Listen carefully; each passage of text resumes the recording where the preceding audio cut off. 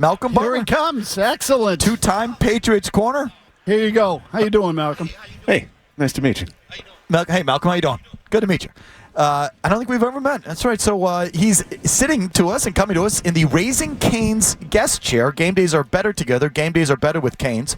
Raising Cane's Chicken Fingers, one love. But he is promoting Church's Texas Chicken. So we have a little bit of a conflict of interest. We're just going to have to get along here with the chicken wars. Hey, look, I know you've been talking all day.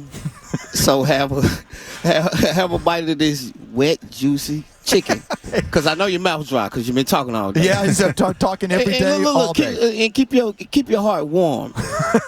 Like them honey butter biscuits from Church. Okay, Church's. I'm taking that biscuit in a Texas Chicken. Okay, so again, we're Boston radio. Oh, yeah, 100%. We've been on for 15 years on this particular show, so you know what I'm going to do here. Give me what you got. Okay, so but do you want? I'm happy to do it. Do you want to dance around for a little bit and do that thing, or do you want to go right? Don't take me fast now. All right, do you want to go slow? Let's dance a little bit. You want us to kiss you first? Is what you're saying? Yes. Talk nice a little bit, and then we'll a little bit foreplay. Okay. What are you doing right now? I coach high school football. Cool. Been doing that for 2 years. Just trying to be above water and thank God and just living life out the football, just living, man, taking care of yourself, mental, physically, and just being me. I call it Baylor University. Just be you. Are you doing it close to home, Vicksburg? Where you coaching? I coach in Texas. Oh, okay. Houston, St. Thomas High School. What do you take from your Patriots years? Do you find yourself coaching like Bill may have coached you, or one of your defensive coordinators may have coached you, or something to do with the New England way? Oh yeah, just do your job. If you in a car and all four tires are not rolling, it's not gonna work. So just do your job, and like I just know what I know, and I just stick to the basics. You either got it or you don't. You know what I mean? So you seem pretty happy and bouncy these days, right? Man, I'm bouncing like a rubber band.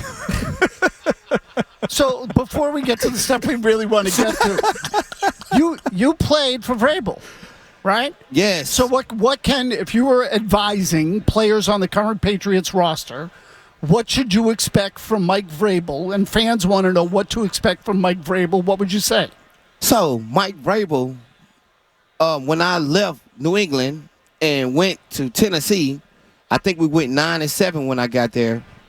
People don't realize the fact that Mike Vrabel took Tennessee Titans against Patrick Mahomes, and we was one game from the Super Bowl.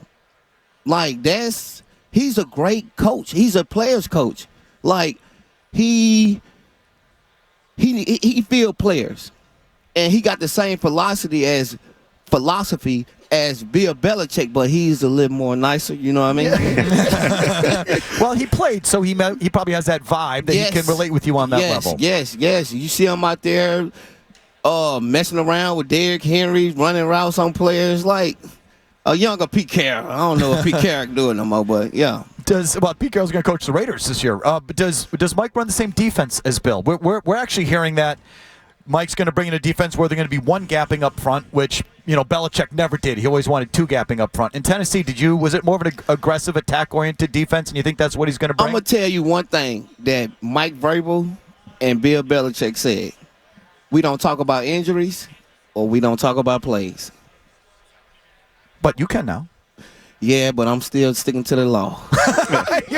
Well, that's bad news for my next question. Yeah, seriously. That doesn't bode well. Vrabel's nicer and more relatable. If Mike Vrabel was the coach for Super Bowl 49, would you have played if he was the coach? I don't know. It depends, man. Just coaches' decisions. Okay. Yep. Why didn't you play? It was just a coach's decision. So, how often do you get asked that? I'm 1, 2, 3, 3 times a day. Okay, so I'm saying, but does a day go by? I mean, when you run into a Patriots fan, isn't that like the first thing they ask? Yeah, no. They tell me about the catch, and then they ask that, and then I tell them the same thing I just told y'all. But it's the two most talked about things in Patriot history, just about your interception against the Seahawks, and then why you didn't play against the Eagles. Like it's 1-2. So like that's. Do people ask you more about the interception or more about the Eagles game? The interception. They do. Yep. Because fans tend to be nicer. That's what the But no, fans are not nice. We've been on the air for 15 years. That's it. The number one question we get from all walks of life. I had a guy come fix my furnace last week, and before he left the house, he said, "Well, how come Malcolm Butler didn't play in the Super Bowl?" That's the honest to God's truth. And so, is there something? You should have told him what Bill Belichick would have told me. Do your job. Is it safe to say you guys have all agreed not to talk about it? Man, it look like it's just loyalty. Nobody embarrass nobody. It is what it is. Respect, honor. Yeah. Do you feel? I'm sure you've heard the theories. I'm sure you've heard the rumors and like stories of this and stories of that. You ever feel like coming out on record and saying that one isn't true? That's not what happened. So tell me what you thought that happened, or what you heard. You got in a wrestling match with Steve Belichick. Wrestling match? That ain't even a match. You got one? Well, that was one of them. Some of them had to do with there were parties that week leading up to the game, and there was a picture of you at one of the parties or something, and Bill got annoyed about that. Again, related to Steve. Yeah. No.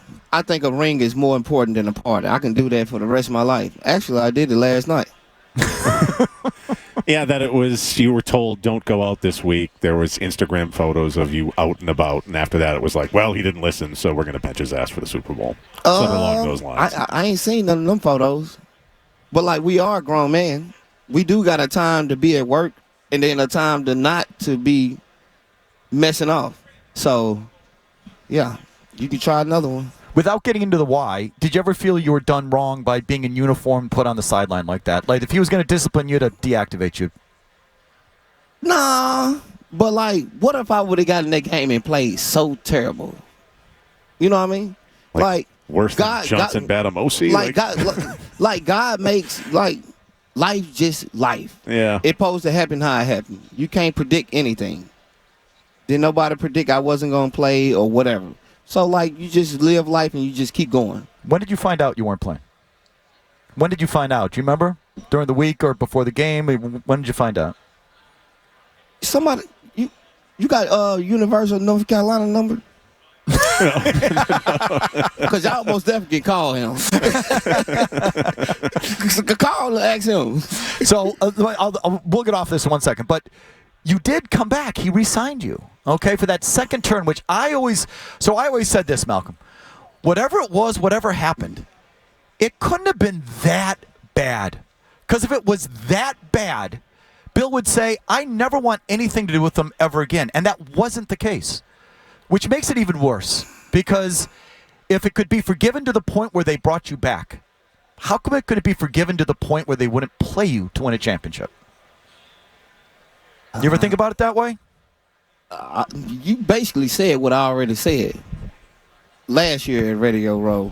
So, like I said, if you got Universal North Carolina number, he doesn't take our calls. Call him. He doesn't take our calls. Yeah, he's not. Call him. I don't think we have any shot on that. All right, Malcolm, how about the other thing? How about the interception? What do you remember most about that? Can you believe it's 10 years? Man, look, I tell kids take advantage of their opportunities because life comes fast. And you better pull up just like that fresh chicken from churches. But, like, life goes so fast, man. Like, it seems like yesterday. So you got to take advantage of each and every opportunity. And I feel young. I still, like, I don't know. It just happened so fast and so quick. And did you know they were throwing? Hell no, but I said if you throw it, it's mine. Like, if you got the box. Like, if they run the ball, I don't have anything to do with that. But if you throw a crack toss, that's for the corner to contain and set the edge and get the linebackers and the D-lineman a chance to come make the tackle. But I said, look, I'm just going to focus on what I got to do. But if this guy act like he finna be Allen Iverson and do anything like that, I'm gone. and they put in the documentary that you practice it during the week, and they sort of is that true that you drilled that exact play in that exact situation during the week? Yes, sir. But like, I went underneath instead of over top. What were you supposed to do? Go over top. So like preparation and game preparation and just listening to the coach. That's why I say Bill Belichick is one of the greatest coaches of all time.